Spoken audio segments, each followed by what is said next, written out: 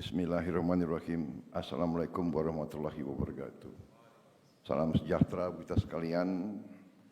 Shalom, salve, om swastiastu. Namo Buddhaya, salam kebajikan. Yang saya hormati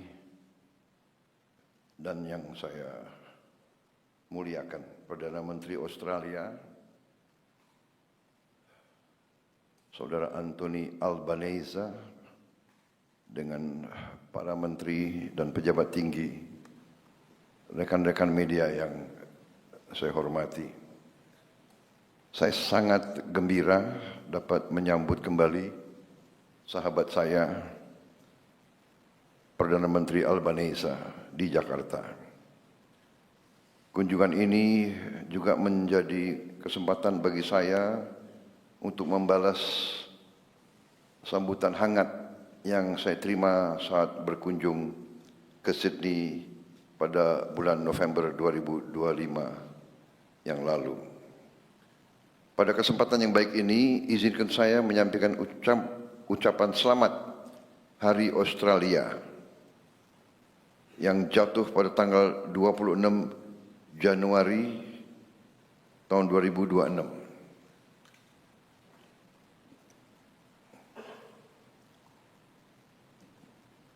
Australia adalah salah satu tetangga terdekat dan mitra strategis Indonesia.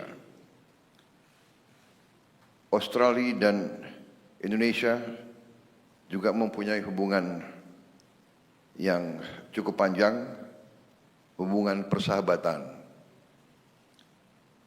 Kita juga selalu ingat bahwa Australia mendukung perjuangan kemerdekaan kita dari sejak awal proklamasi kita pada tahun 45. Hari ini saya dan Perdana Menteri Albanese menegaskan kembali hubungan erat dan komitmen bersama untuk terus memperkuat kemitraan Indonesia-Australia melalui penandatanganan Traktat Keamanan Bersama.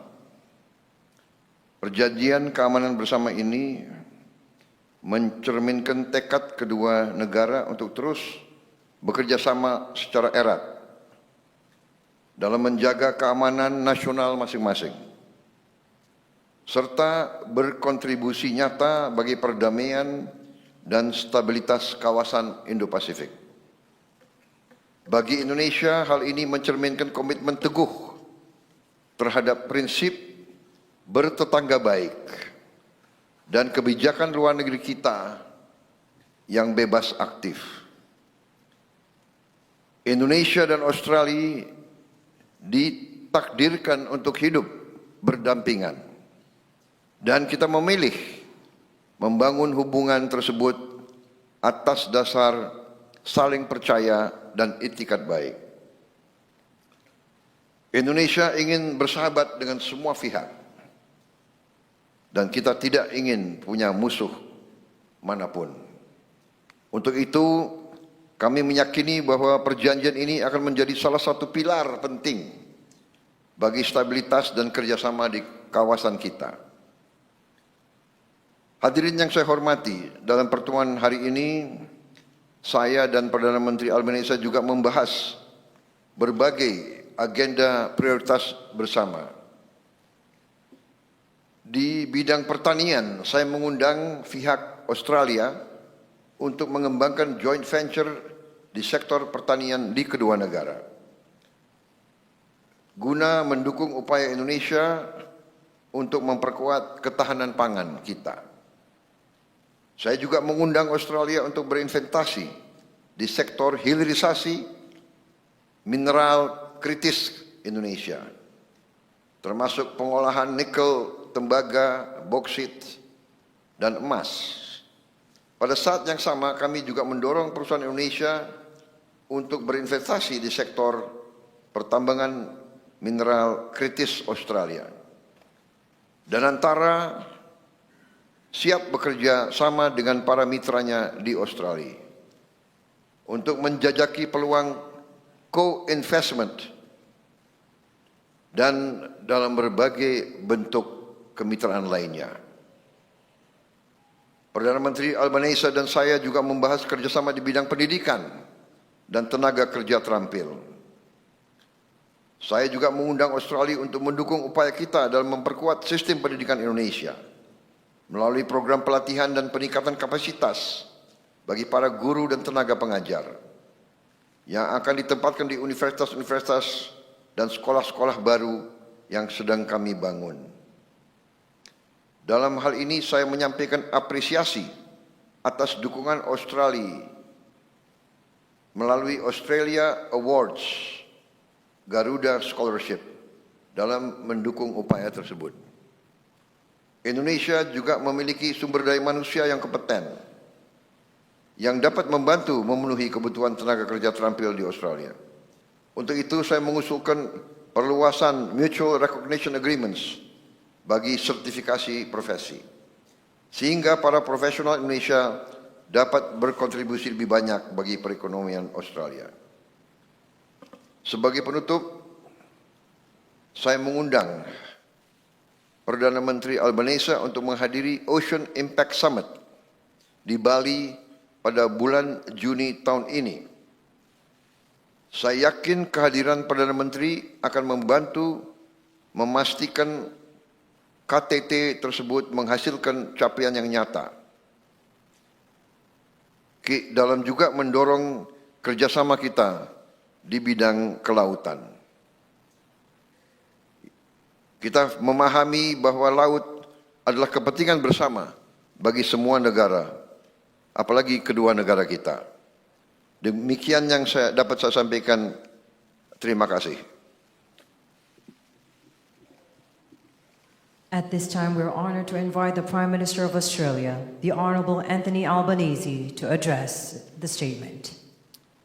Well, Terima kasih, Bapak President, and thank you for your generous words and your very warm welcome here to Jakarta, my friend. I am very pleased to be back here for my 5th visit as Prime Minister of Australia. No country is more important to Australia or to the prosperity, security and stability of the Indo-Pacific than Indonesia. We share a deep trust and an unbreakable bond as neighbours, partners and friends. In this spirit of friendship, I extend Australia's condolences to the Indonesian people for all those lost in the tragic flooding and landslides in Sumatra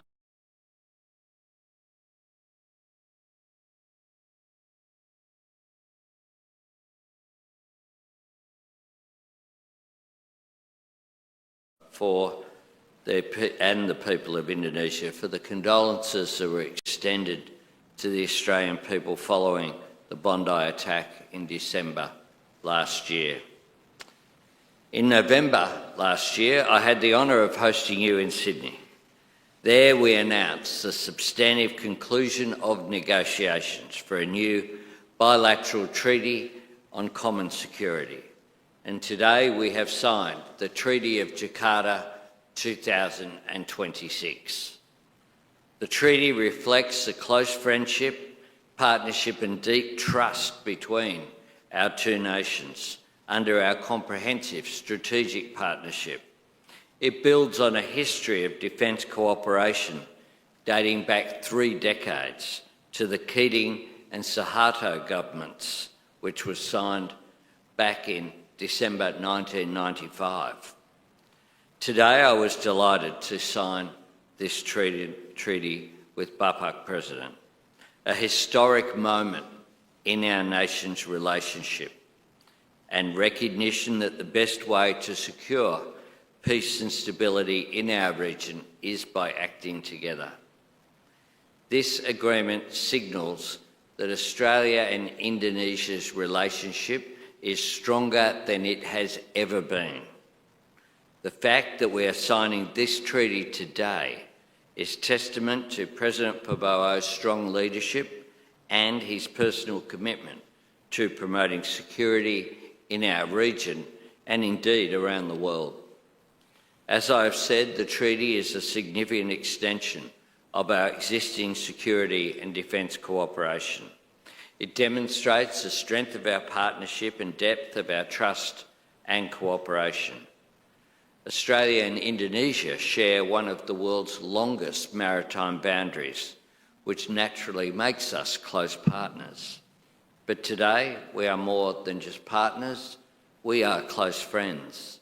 Today, to complement the Treaty on Common Security, I'm pleased to announce a range of new defence cooperation initiatives that reflect the growing strategic trust and ambition in our relationship, including offering to establish a new embedded position for a senior Indonesian officer in the Australian Defence Force, reflecting and reinforcing that trust between our two nations. Supporting the development of joint defence training facilities to increase Indonesia's ability to conduct joint exercises with your partners, including Australia. And expanding military education exchanges between our militaries to build relationships and increase understanding between our next generation of military leaders. Deepening Australia's economic engagement with Indonesia and with Southeast Asia more broadly has been a top priority for my government. To that end, we have agreed a Memorandum of Understanding between the Australian Government and the Indonesian Sovereign Wealth Fund, Danantara. This will lead to increased cooperation and information sharing between Australian agencies and Indonesia's newest sovereign wealth fund. Just as importantly, it will help to identify opportunities for increased two-way investment between our nations, bolstering our shared economic security and resilience. Bapak President, I thank you for the important discussions that we've had today and for your generous hospitality.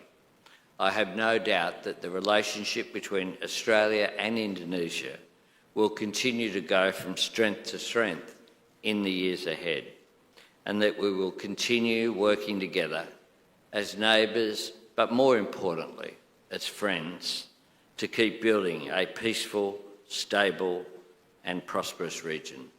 Terima kasih.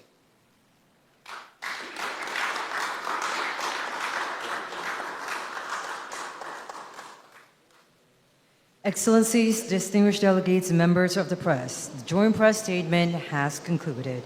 The President of the Republic of Indonesia and the Prime Minister of Australia will now proceed to the Veranda Room for luncheon, followed by the members of the official delegates.